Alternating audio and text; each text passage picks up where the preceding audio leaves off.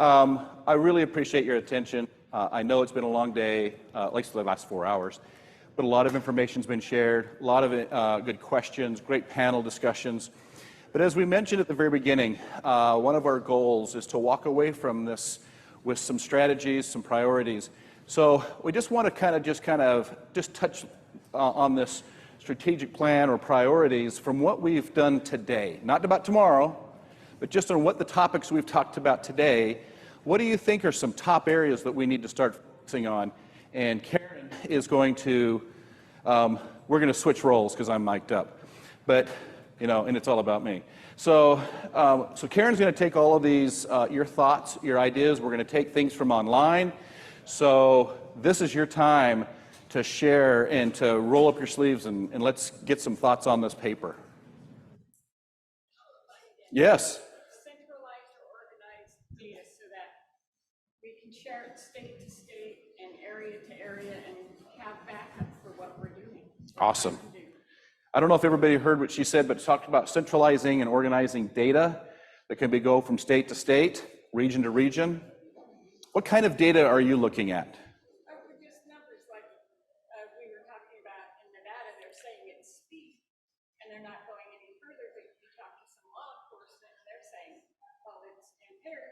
Yes, the speed was the first factor that came about, but and so just an understanding. AAA did a nice study in Washington State, which helped us in Nevada, so we could say, well, this is what they're seeing second year in. Why do you think our state's going to be any different? Mm-hmm. And just if we have the organized data, AAA did a nice study in Washington State about what happened with the legalization of marijuana. And so we were able to use part of that, even though it hadn't happened in Nevada yet, to talk to people and educate and say, if you think our state's going to be different, it's not. And if we have Colorado and Washington and Oregon and Nevada showing their data, those states that haven't legalized it yet will be able to look at it or look at what is going on and say, well, we'll need to adjust it this way so we don't have the same problems.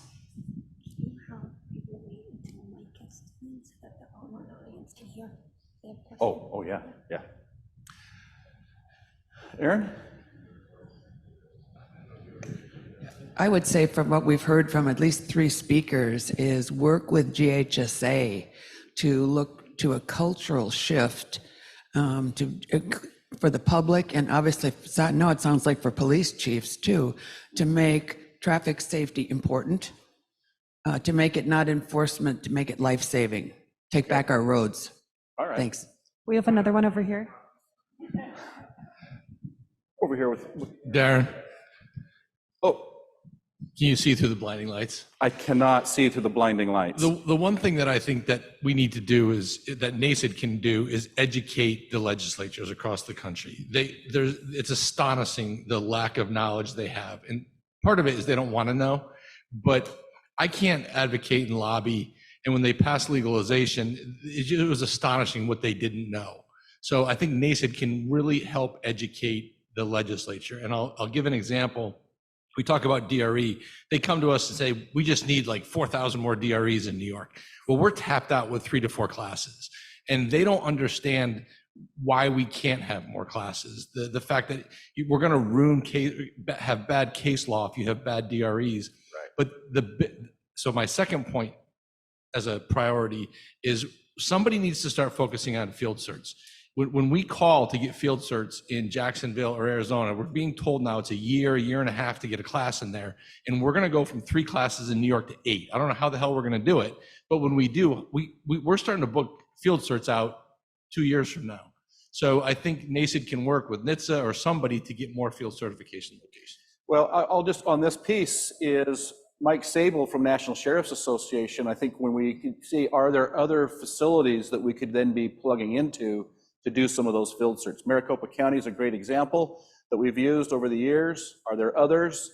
And, because, I don't know, Christine? We can get a mic over here.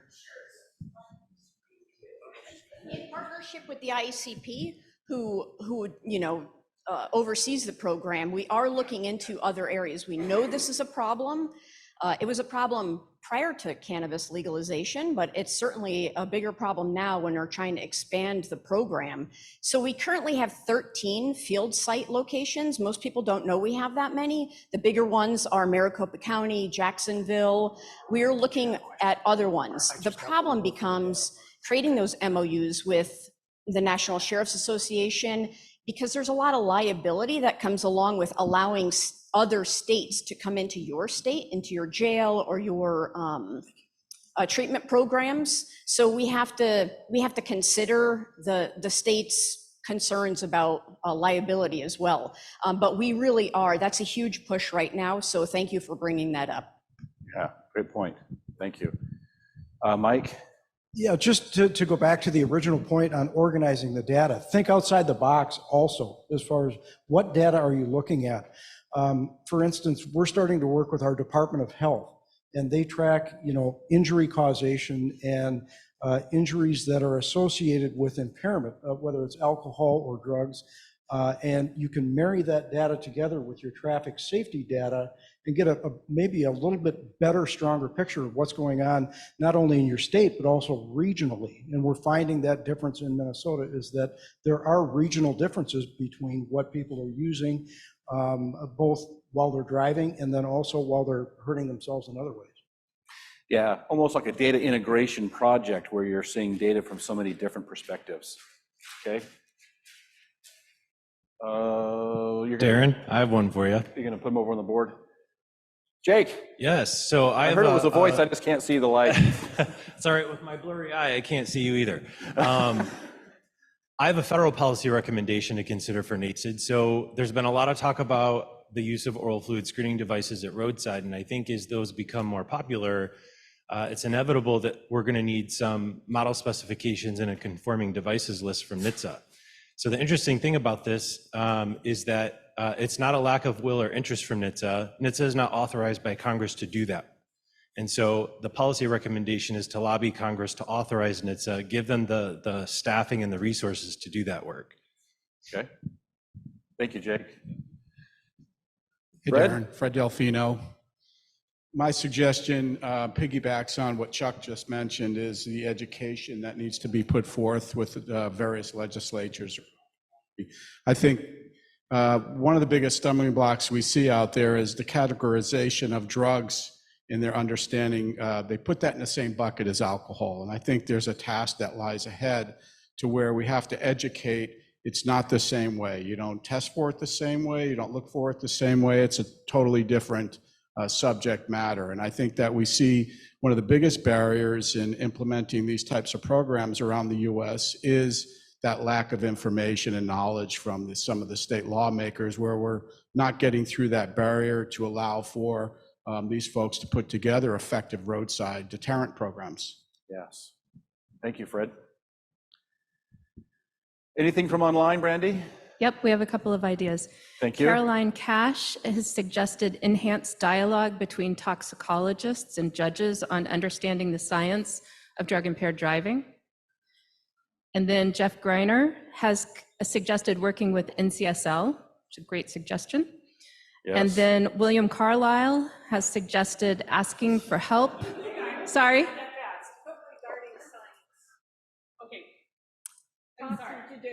No problem. Caroline Cash Talks and wants judges.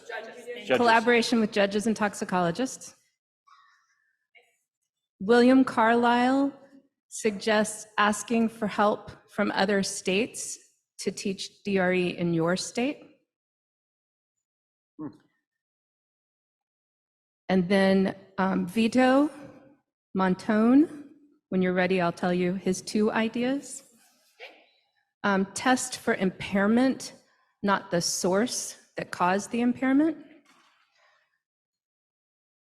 Tell me more about that. Does he have any more answers? I think what he means is the impairment that you see versus, looking for a certain substance like alcohol or cannabis, or looking at the impairment that you see in the driver.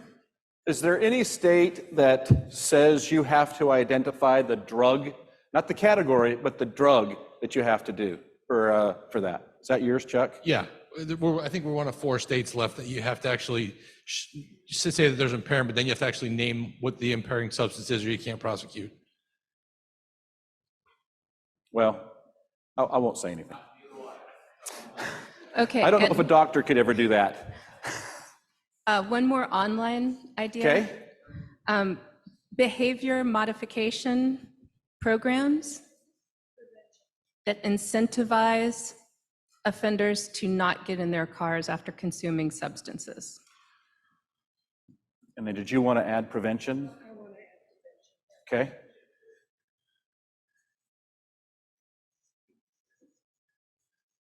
And then we're going to add prevention.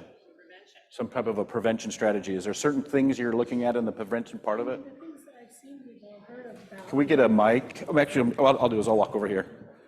Like alcohol surveillance programs, but there must be more best practices. Okay. Did you get that? Darren, can you repeat that for the online folks? I was trying to get my mic untagged and it didn't come off fast enough, so. I'm looking for best practices for prevention that will change the whole, sort of the way the community generally thinks about getting into a car when you're impaired. Kind of a change in the social norming piece. Exactly, the whole social norm piece. Okay. Matt. Yeah, Darren, I think I could, it's a little bit late now, but I was going to chime in on the comment about the identifying impairment versus a source of impairment type thing. I believe another way to say that, which I think is actually a pretty good point, is that our training is pretty good about how to perform certain tests and interpret them and identify a category of drugs that's likely responsible for the impairment. And an area where we probably could do better is training officers to articulate why those observations are impairment or how they are more directly related to impairment. And that is true. And I do think if I were to have all the resources I needed to develop some additional training and improve a program, that's actually a very good priority. You know, so right now, if you really wanted a good top-level education on how to use the eye sign testing that we do and how to relate that to impairment in a courtroom, you know, you can pay $700 or $800 and go to a class from IPTM and get a doctor to teach you. But and it's a fantastic opportunity, but that's not widely and easily available for law enforcement. And I think it is a valid point in an area where we probably could improve. Well, because you make a great point, because what do we train the officers? Well, if you see onset at 45 or at 90 degrees, what are you seeing? You're seeing that horizontal gaze nystagmus. But so what? What does that mean? Does that mean it's a slower reaction time to things? Is it depth perception? Are there other elements that are in there? So I think that's a good point to include. Rick? Yeah, one of the things that comes to my mind is something that Russ hit on this morning in his presentation. I think we need to find funding to invest in promising practices in prevention. I think so much is tied to things that are evidence-based and things that are proven effective, which is certainly of value. But if we're always doing what we've always done, we're never going to fix the problem. So finding ways to invest in new practices for prevention, I think, is key too. If you always do what you've always done, you always get what you've always gotten. Good. I thought you were going there. I wanted to give you the chance. It's about me. So nice job. Thank you for your question. Anybody else? Oh, yes. Polls have shown that a large number of people drive after consuming one or more psychoactive substances. And a large percentage of that number actually believe they drive better under those circumstances. One thing we need to do is persuade well-recognized figures like the US Surgeon General and state equivalents to publicly make clear that those people need to be drug tested who have that sort of belief, because they are crazy. Anything else online, Brandy? Anybody else?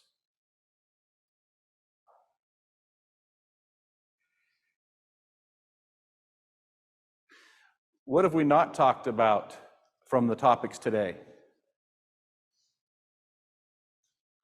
Trying to get out of that sunlight. Darren, I think the one thing I've heard is everybody talks about Capacitor Labs, and you know, we didn't have anybody really here from a lab per se, You know, you're hearing like there isn't necessarily the capacity, or we're stopping, if we got the DUI alcohol, we're not going even to the drugs. Is there incentivizing a way to improve the capacity for labs so that we can get those results? I will give you a 20 later on, because that's exactly what we're talking about tomorrow. So we'll go into depth on that piece as well. So, but with your background with the Commercial Vehicle Safety Alliance, when we've been talking about impaired driving, your mind is specifically related to passenger vehicles, is it not? Or how many of you thought, well, we need to really address commercial vehicles, motorcycles, everything? Because I think oftentimes we kind of get zeroed in that when we talk about impaired drivers, oftentimes we're thinking about the passenger vehicle. So what's that? Boats. I mean, any type of, forklifts. I mean, anything that can be, that's motorized. So is there anything there, thinking about those different modes that we need to start thinking about? Oh, sorry, I didn't see. Just a small addition, and I know the device manufacturers already have this on their radar, but expanding the number of targets that the current and future roadside oral fluid testing devices test for. I feel like they probably capture about 80% of the most common drugs, but it's not all encompassing. So just really advancing technology in that area will help with detection.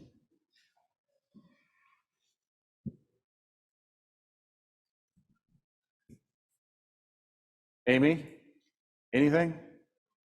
I'm calling you out. No.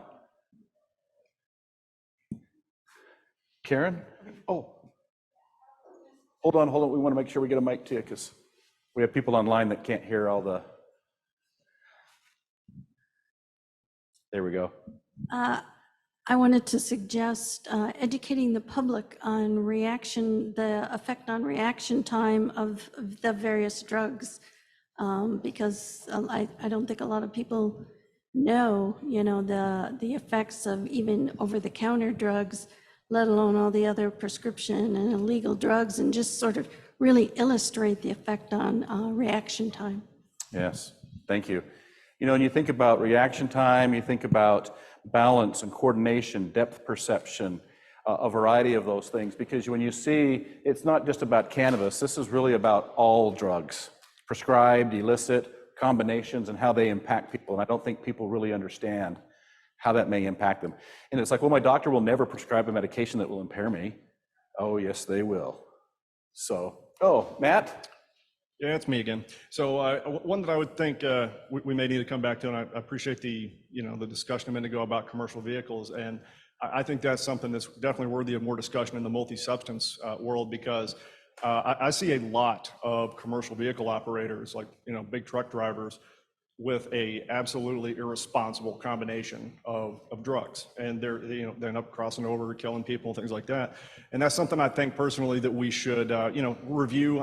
In my opinion, I think there's some weaknesses in the federal legislation and what we could be doing from a regulatory standpoint to improve some of that. I just think it needs to be updated, and that would be a good priority as well. Absolutely. And from my commercial vehicle background is seeing how do we train our commercial vehicle enforcement officers in that recognition, and actually having DREs cross-train with them so that they have the familiarity with the commercial vehicles. Because sometimes people are like, I don't like stopping big trucks. Well, it's just a big car, and just follow the process. And so I think there's some great work that we could do with there. So thank you for those comments and that. Anything else?